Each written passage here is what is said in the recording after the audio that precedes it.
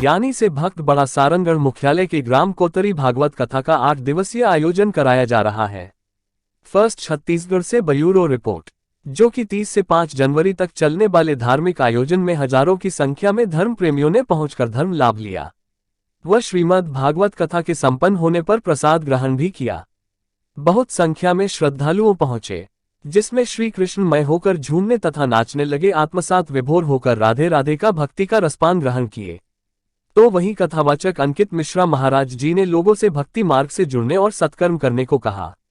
शास्त्री ने कहा कि हवन यज्ञ से वातावरण व वायुमंडल शुद्ध होने के साथ साथ व्यक्ति को आत्मिक बल मिलता है, साथ ही व्यक्ति में धार्मिक आस्था जागृत होती है।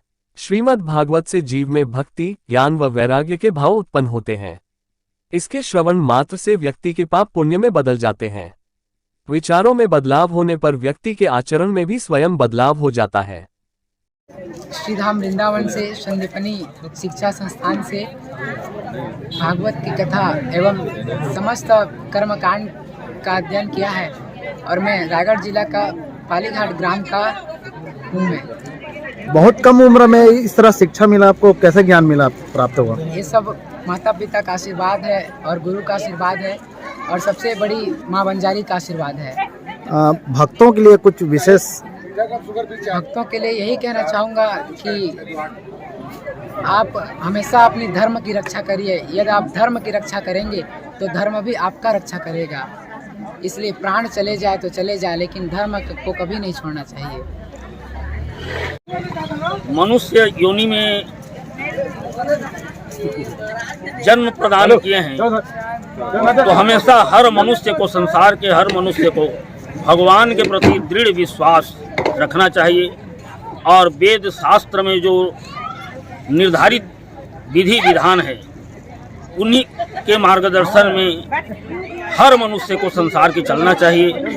हर मनुष्य को विनम्रता, भगवान के प्रति व्याकुलता और प्रेम और नीति, ये चार मार्ग में को सहारा लेकर ही मनुष्य जीवन का इस कलियुग में यापन करना चाहिए। क्योंकि लिखा है रामायण में, कलियुग केवल नाम आधारा और सुमरि सुमरि नर पाऊँ पारा।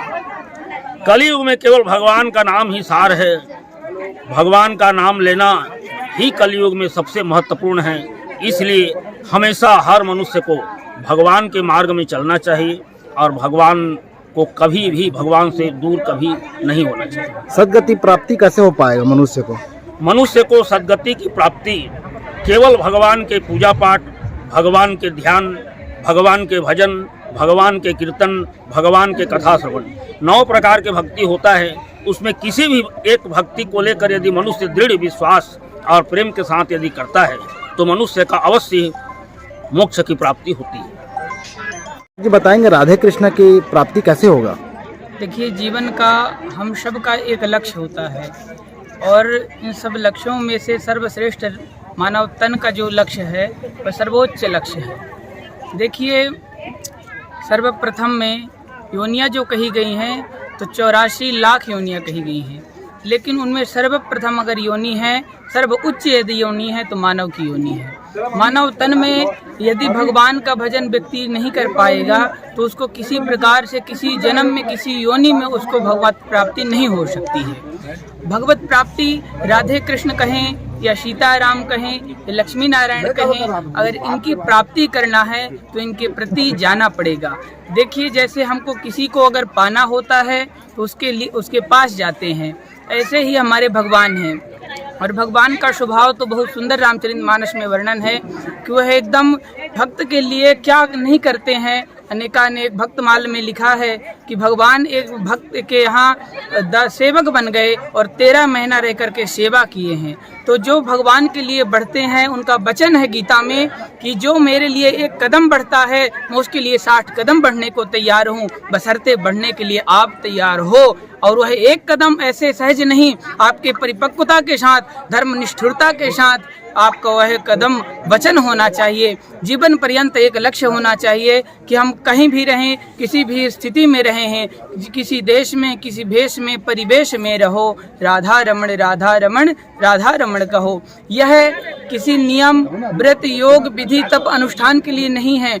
आप इसे सहजता पूर्वक में और एक थोड़े से में, कम समय में, क्योंकि हम सब के जीवन में समय की भी बहुत कमी है। कमी क्यों है?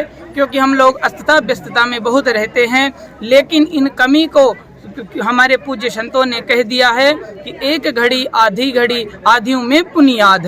अरे भैया, एक घड़ी ना हो तो आधी से पुनियाद करके भी अगर आप एक समय में नित्य भजन करेंगे तो आपको अवश्य ही राधा कृष्ण जी की प्राप्ति हो जाएगी।